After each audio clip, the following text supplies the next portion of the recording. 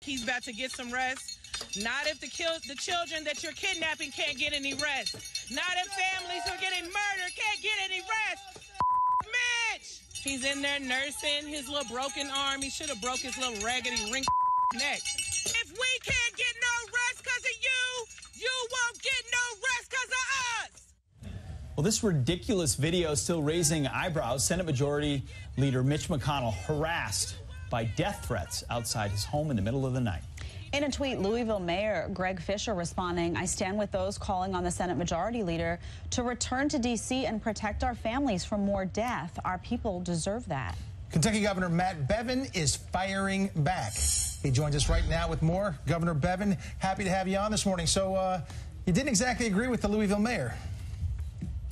There's nothing more, the rank hypocrisy of the left, it never ceases to amaze me.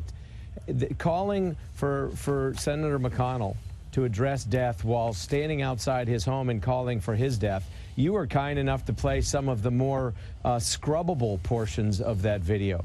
People live streaming themselves, calling for stabbing him in the heart with a variety of adjectives thrown in there as well. This is not free speech. This is terroristic threatening. This is disturbance of the peace. And for the mayor to stand there with that is hypocrisy. So, Governor, what should happen in cases like this? Because, you know, you referenced the First Amendment, you reference freedom of speech. There are some who will say, well, you know what, they're not inflicting harm on anyone, so they consider it peaceful protest. In your opinion, what should happen when individuals like this show up at someone's home, say things of this nature, and act as such?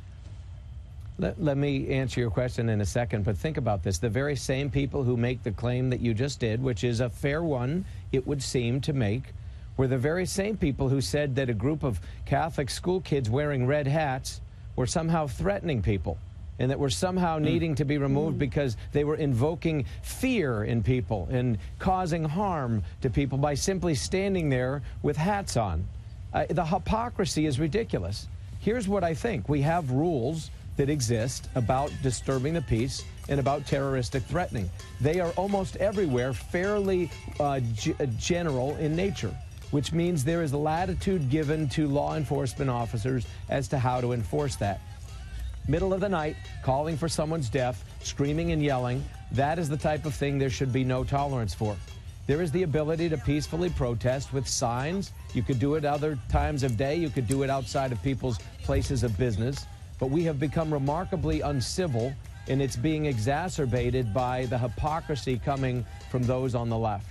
Governor, you made the point, and you're right. The video we posted was the only portion that was fit for television or morning television. Yeah, way to believe that. Way worse than that. Yeah. And you're right. If I was to stand outside my neighbor's house and yell these things and bang in the middle of the night, there's plenty of city ordinances that would put me in big trouble. Will anything be done to these protesters? Have you called on that as the governor of Kentucky? Again, at this point, it was a one-night thing. It has been removed. There's no point in making more of this than it was, but to say nothing was inappropriate. Had it continued, I would have perhaps been put in a position where I would have had to step in and do something. But at this point, I think to say nothing, what Edmund Burke said is true enough. What it takes for evil to prevail is for good men to do nothing. And this is a variation of evil. And there are those, including one of the loudest and most vocal points that was being made was by an individual who at least calls themselves the head of the local Black Lives Matters group. And I'll tell you this, the hypocrisy of that as well. If, in fact, other lives don't matter, then you undermine your argument that, in this case, Black Lives Matter.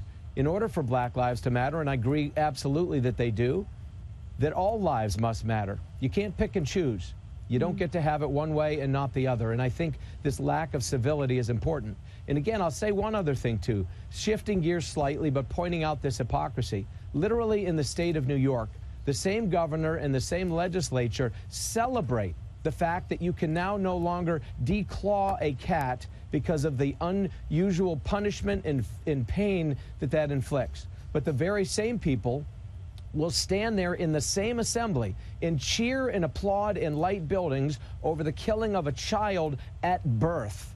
It is that level of hypocrisy that, as long as it is tolerated by those normal people and those on the right and those who see it for what it is, that the emperor is in fact naked, if we keep our mouths shut, the left gets to dictate what does or doesn't pass for civility, and I think that's unacceptable.